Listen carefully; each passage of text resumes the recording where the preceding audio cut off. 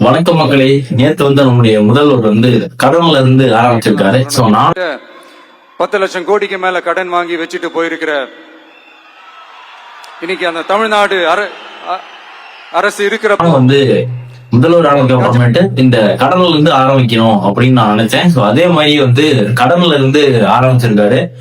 ஏன் இத சொல்றேன் அப்படின்னா, ஒரு தனிப்பட்ட மனிதனா இருந்தாலும் சரி, இல்ல ஒரு நாடா இருந்தாலும் சரி, பினான்ஸ்ல அவங்க ஃப்ரீடம் ஆகும்போதுதான் அவங்களால நல்ல முடிவுகள் எடுக்க முடியும். எந்த முடிவுகள் எடுத்தாலும் அதுக்கு மணி ஒரு தடையா இருக்காது. அதே மாதிரி நாட்டுல எத்தனை ஃபெசிலிட்டிஸ் பண்ணாலுமே, எந்த நல்ல திட்டங்களை கொண்டு வரனாலுமே இந்த பினான்ஸா கொஞ்சம் ஸ்டேபிளா இருந்தா நினைக்கிற திட்டங்களை கொண்டு வர முடியும், மக்களுக்கு நல்லது பண்ண முடியும். சோ அப்படிங்கறதுனால இந்த வெள்ளை அறிக்கையை நான் கொடுக்குறேன் அப்படின்னு சொன்னது நான் ஒரு நல்ல ஒரு வளர்ச்சிக்கான ஒரு பாதையா நான் பாக்குறேன். இதே மாதிரி தாவேக்கு ஆட்சிக்கு வந்ததை தாண்டி விஜய் இவ்வளவு 107 சீட்டுக்கு மேல வந்ததை தாண்டி இதுல நான் பேச வேண்டிய நினைச்ச விஷயம் என்னன்னா, மக்கள் இந்த தேர்தல்ல அவங்களுடைய வாக்குடைய பவரை புரிஞ்சுக்கிட்டாங்க, இல்ல உணர்ந்துட்டாங்க அப்படின்னு நான் நினைக்கிறேன்.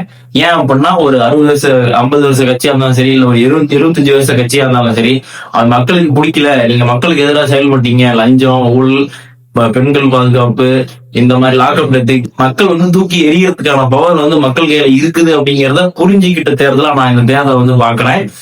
இப்ப இந்த 2 கட்சியுமே வேண்டாம் அப்படின்னு சொல்லி தூக்கி வச்சுட்டு ஒருத்தங்களுக்கு புதுசா கொண்டு உட்கார வைக்கிறாங்கன்னா, மக்கள் எந்த அளவுக்கு இந்த 2 ஆட்சியால பாதிக்கப்பட்டிருப்பாங்க, எந்த அளவுக்கு ஊழல்ல பாதிக்கப்பட்டிருப்பாங்க, எந்த அளவுக்கு அன்சேஃபா ஃபீல் பண்ணிருப்பாங்க அப்படிங்கறத யோசிச்சு பாருங்க.